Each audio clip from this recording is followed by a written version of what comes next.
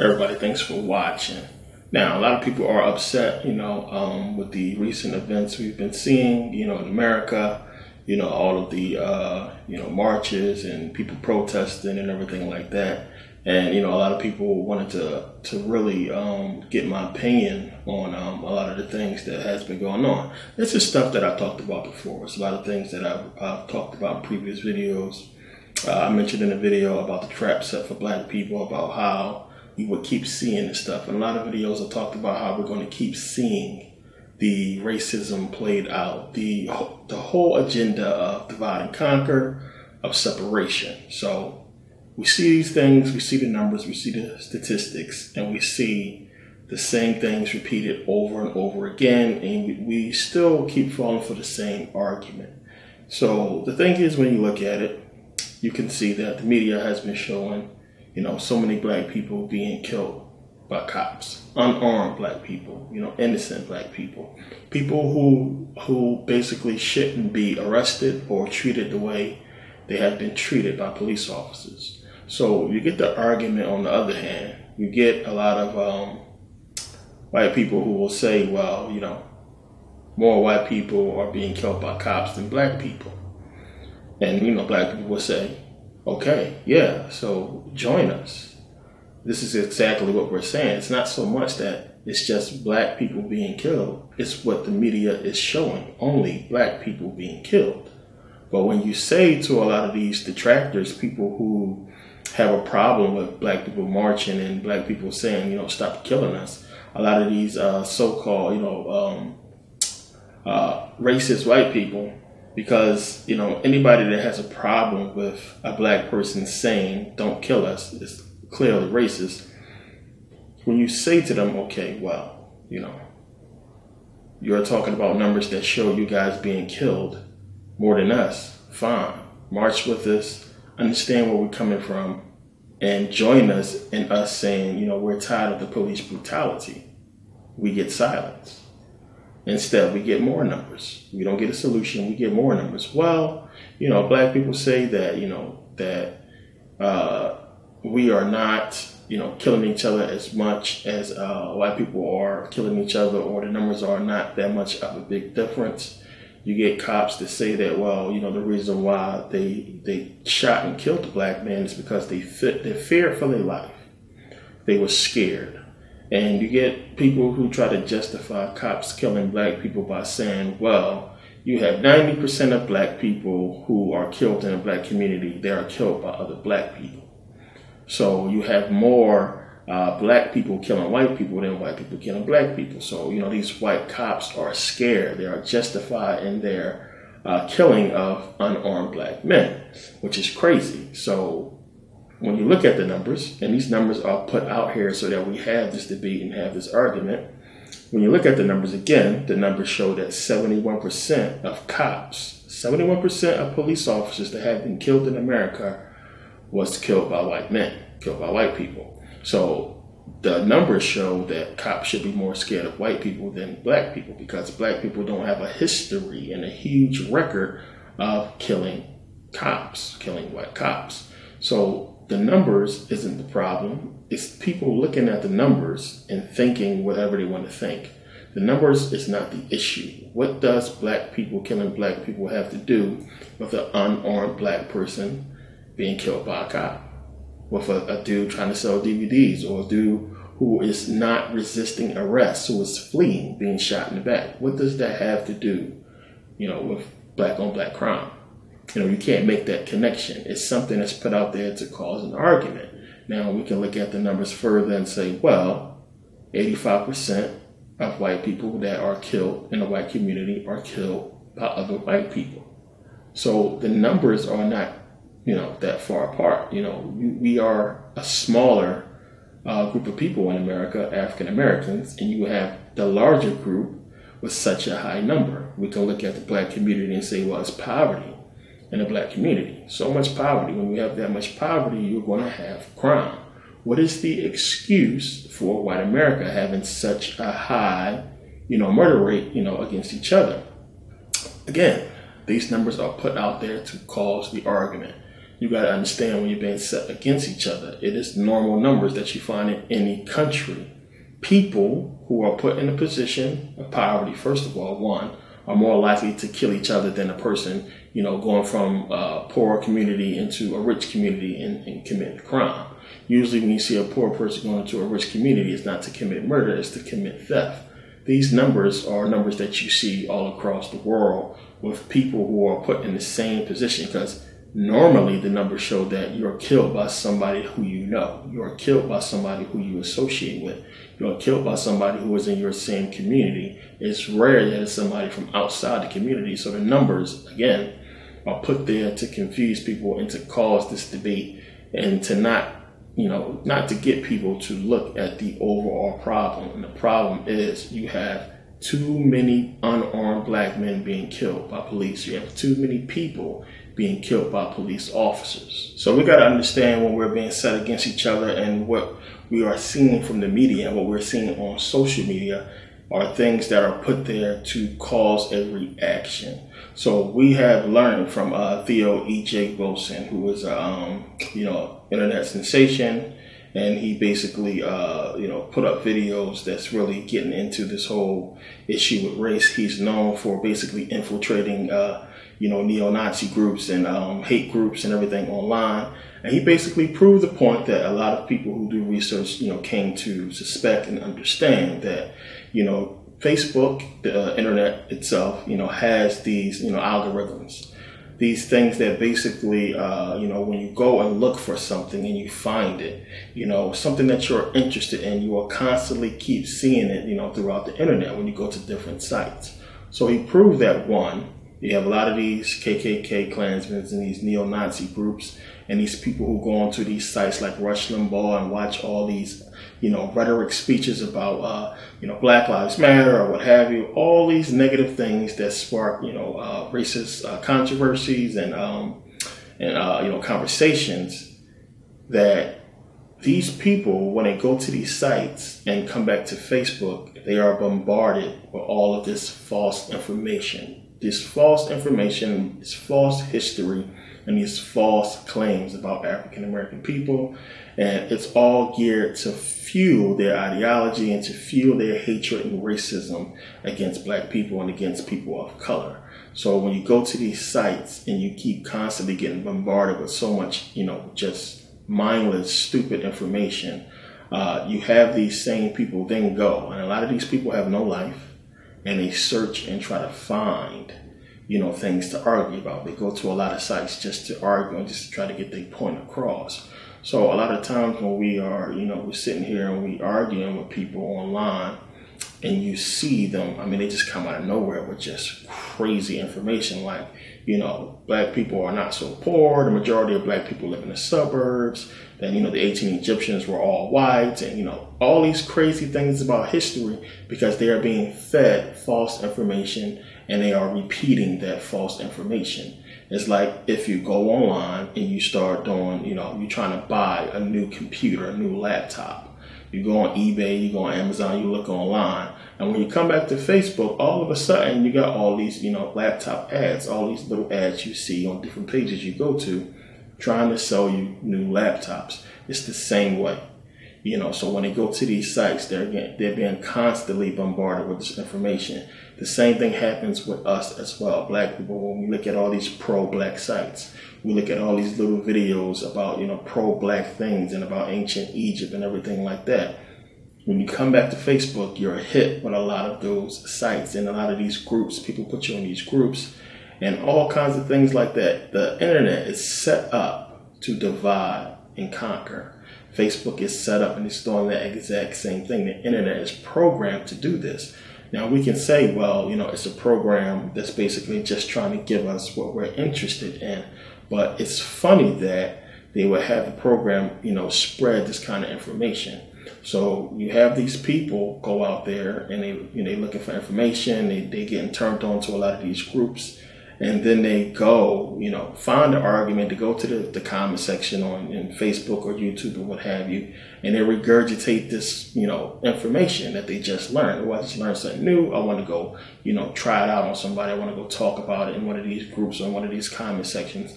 And they go there and they spit all this false information and, be completely wrong and completely, out of touch with real history. And, anybody who has learned and understand the truth is sitting back like, where the hell did you get that? And this has happened to me numerous times. I get people who say the most outrageous things. And I'm like, who the hell taught you that? Where are people getting this kind of information from? And you get a lot of racist white people who are fed these statistics.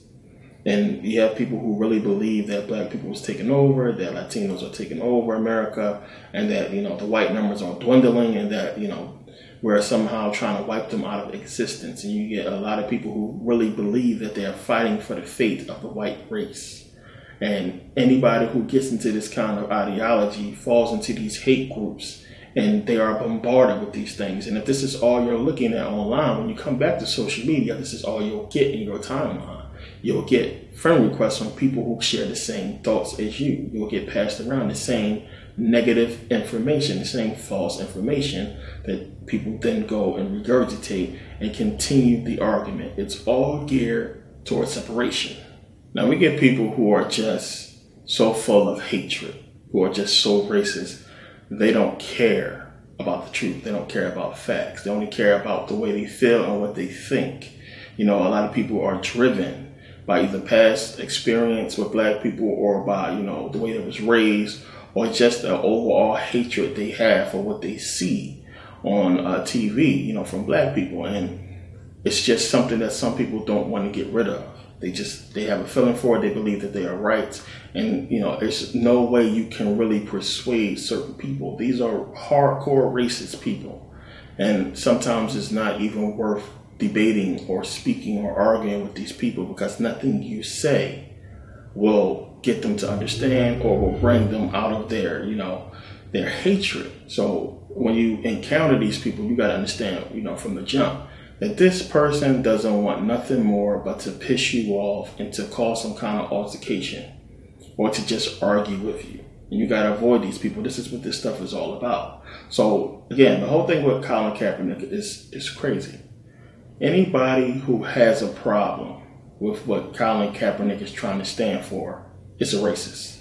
There is no way around that. It's just plain and simple, because it's clear as day. I mean, let's cut the bullshit. Let's cut the bullshit and look at it straight facts, plain and simple.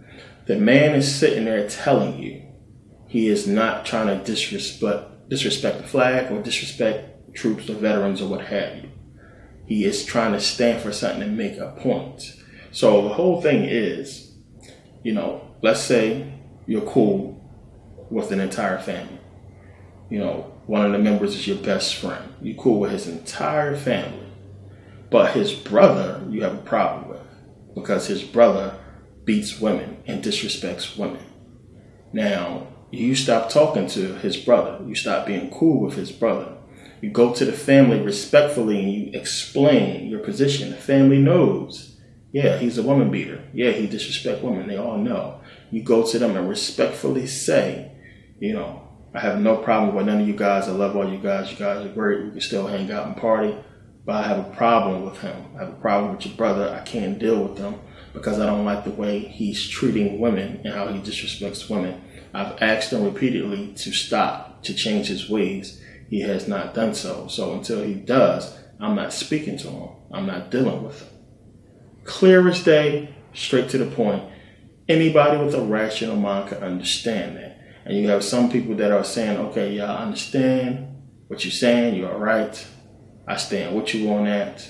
It's okay. But then you have other people who are saying, well, that's my brother. You disrespect him. You don't talk to him. You don't talk to me. Regardless of what you're trying to stand for whatever reason, they might not like you or what have you. This is the same kind of scenario with Colin Kaepernick. This man is standing here saying, I'm not trying to disrespect the troops. I'm not disrespecting the flag. I'm really trying to stand for something important. I'm standing for the people who can't stand for themselves. Police brutality, what we're seeing in the media, what everybody's seeing on the news TV, black people being killed, unarmed black people being killed. He's trying to stand for something good. And still, when he says to the camera, I'm not trying to disrespect the troops. In fact, you got troops that's standing and supporting Colin Kaepernick. You have troops that are for Colin Kaepernick. And you still have these same people who heard everything he just said, don't want to listen to it. Still want to say, well, he's anti-American. Or, how are you going to go against America or go against, the flag that's paying your paycheck and da-da-da-da-da. When the man just said out his mouth, no disrespect to the troops, no disrespect to what the flag stands for as far as patriotism in America. But that flag has not stood for Americans. It has not stood for us. When you pay attention, when you look at what's going on. And this is what we're dealing with. We're dealing with a lot of people who just don't want to get it, who don't care about the true facts. They just want to argue. They just want to debate. And there's no point of debating with these people when you are that clear and rational in your point, and they still don't want to take it. That's a person who is racist, a person who don't want to hear nothing you got to say, a person who don't want the truth or facts. They just want to argue. They want to be racist. So you got to understand when we're being set against each other, when we are being set up. You got to understand a lot of these people who they get to come on the news to, talk on CNN, black or white, to try to put this information out there are being paid to keep adding fuel to the flames. You got sellouts like fucking Ray Lewis and can't believe Jim Brown, everything he did. Now all of a sudden to be this coon, it's crazy to see him in this role, and we don't know what they have on him or if he had money problems or what have you. But to see Ray Lewis and Jim Brown and them talk against Colin Kaepernick and talk about, and speak on these things the way they have is crazy. But you got to understand when people are put in place to add fuel to the flames. Even when you have, a white journalist who does a video about, let's say the water being contaminated only in the black community. It's designed to get a reaction out of you black people, to get you to say, see, or to get you to, to be upset, to be mad, to have some more ammunition to go out and rally against, to talk about, to argue about, when it's not going to change the facts. All this stuff being put out there, these people, these CNN correspondents and Fox correspondents, and these people coming on Fox News and coming on CNN and getting paid to race bait. They're getting paid to keep the argument going. And you got to see this and understand it for what it is. No matter how much of a point that a person makes about the oppression of black people or the oppression that we have suffered since slavery or what have you, all of that is adding to the argument. And then you're going to have another white person come on and say something completely stupid and reckless that's going to add to the argument. Nothing's going to get done. It's going to be an argument, and that's that. And you have the media putting this out there to fuel you, to get you ready to go back out there and march and protest and, to push you closer to an agenda that they want us to fulfill for them. So you got to understand, what this stuff is about. And as I always talk about, you got to be a student of history and look at history to understand the present and understand where they want us to go. So these people don't forget. The powers that be don't forget. They don't forget history like you do. They understand. They don't deal in all these stupid numbers and everything. They deal in facts and what they know. They don't have somebody there trying to bombard them with constant information and visualization and mental stimulation to change their attitudes, to change their ideology. They know what they're doing. They have an agenda. They have a plan, and they know the past. So this is what that is about. And I talked about this before, plain and simple. They don't have very many defeats. You could probably count them on one hand, the defeats that the powers that be have. What they understand and remember is that it was unity that defeated them on multiple occasions here in America. And this is what they do not want to happen. It's things that they are passing and things that they want to do that if we united and looked at, they won't be able to do. Unity is what defeated them. You go back to the Revolutionary War. black and white soldiers, black and white people coming together to free America from King George III. And of course, you're going to have black people that say, well, while black people was fighting for the freedom of white people from King George III, we were still slaves. But you have to understand history. You got to understand, one, it was only 13 colonies. They didn't control all of America. They didn't control the whole thing. And you had the North, which was free. And of course, you had the Confederate South, which slavery was going on down there. They didn't control the Confederate South. The Confederate South, because they wanted to free the slaves, seceded from the Union and basically wanted to keep slavery going. Then you got to remember that Vermont separated from New York and abolished slavery, which led to 1804, almost all the states being against slavery and for the abolishment of slavery. You got to understand, even Thomas Jefferson talked about it. This is something that they wanted to do. It's a fact. I know a lot of black people was filled with hatred, but you got to understand, part of the plan for the American Revolution was to abolish slavery from the start. The problem was you had a lot of people who had invested interest in the South who was making money off of slavery, and it didn't go as fast as they planned. But the plan was to abolish slavery. You have to understand that. You can't let people take away the fight that we put up for our own freedom. The people who died for the freedom of black people. You can't let people take that from you or try to downplay it as if it's something that, we shouldn't have done. We're talking about our freedom from slavery.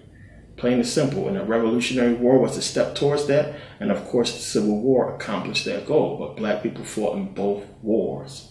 And don't let people take that from them and take it from us as if we don't deserve some kind of credit for our role we played in freeing ourselves from, slavery.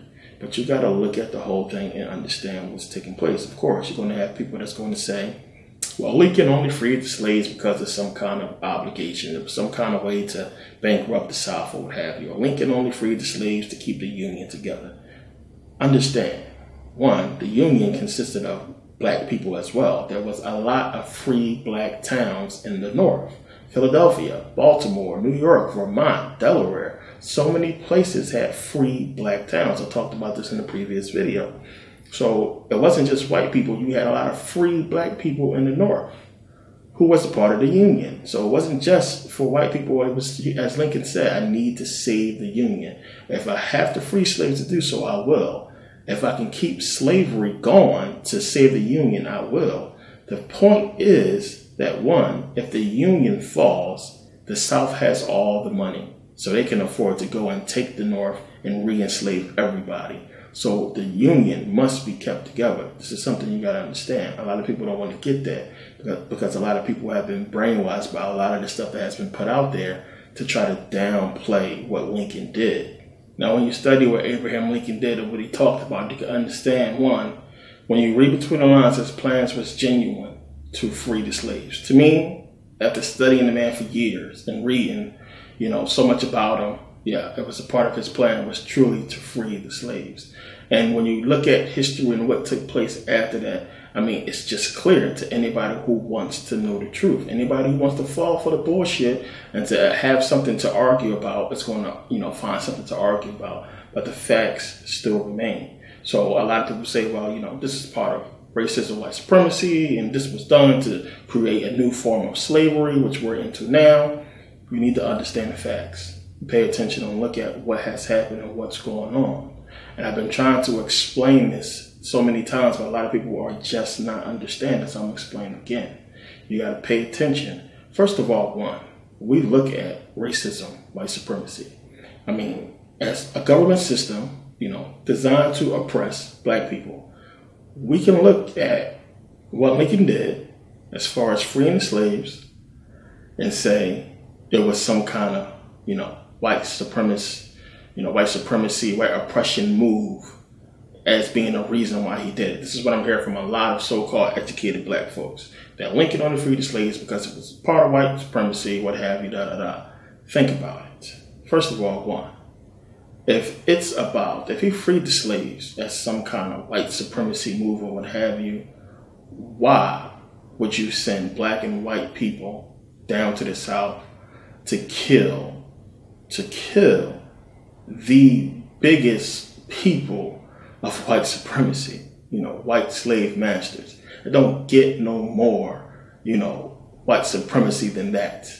When you have white slave masters down there, it don't get any more "we got you black people" than slavery. So you can't sit there and say, it was some kind of ulterior motive for white supremacy that Lincoln freed slaves. That doesn't make sense. It doesn't make sense. First of all, he got his head blown off after that. Slaves were freed January 1st, 1865. Lincoln was killed 4 months later. He was killed 4 months later after he got his head blown off. So you got to look at the situation and say, well, wait a minute. This couldn't have been a part of their plan, because it doesn't make sense for racism, white supremacy to free us from bondage as a part of racism, white supremacy. Now, after we were free, what did Lincoln do next? He gave us a bank. You're going to tell me that that's a part of racism, white supremacy? We got a bank. Lincoln said, you know what? These soldiers, these free black slaves, are going to need a bank, because he understood economics. He understood how we would have to grow in this country. So he passed the law. He signed into law in March, I believe it was March 4th, the Freedmen's Bank. We got Freedmen's Bank. He signed into law, and we got a bank to grow our wealth. Does that sound like a part of racism, white supremacy? And by the way, he got his head blown off about a month after that. So think about it. It's not some kind of conspiracy that the slaves were free, because we were truly free then. And we had a bank. We had our own bank that basically blew up. Had 30 branches around America that, amassed a lot of wealth from black people. And you got to think about it. One, when you have so many black business owners back then who had an influx of new workers, especially who had, workers who had labor skills, who had experience. You had a bunch of white people for hundreds of years that's been sitting on their ass and have not really been working, having free labor down in the South. You had some of those white people who were smart, who came up north to actually get experience and learn how to work. But when you had these black people being free in the South as well now, they had all the skills. And if you had any kind of money down there, you can hire a bunch of black people and outbid anybody, and you have a workforce that can get jobs done, twice as fast as anybody else. So you had a lot of black businesses that was on a rise, that was coming up, and that was making a lot of money. You got to understand what having a bank as a black community, as a group of black people, means economically. This was a huge deal, and Lincoln got it done. So I get tired of this whole, Lincoln argument. I'm sick of it. I get tired of it. The man did what he did, and it resulted in black people being free from slavery. And you got to understand, that took unity. That took unity in so many different instances where you had black and white people fighting against oppression. And no matter how you want to slice it or what you want to say, white people died to free black slaves. It's just the truth. It's facts. The alternative would have been us in chains. So no matter what you want to say or how you want to slice it, Lincoln got his head blown off, and he understood the consequences, but he did it anyway because he freed black people. There is no other way you can look at it other than that being his personal agenda, because it wasn't the agenda of the powers that be, clearly, because they killed him for it, and they changed everything after he died. You got to pay attention. I talked about this before. There are two Americas, plain and simple. A lot of people get America confused. The America that existed, before, 1913. A lot of people look at that America and confuse it with the America that exists after 1913.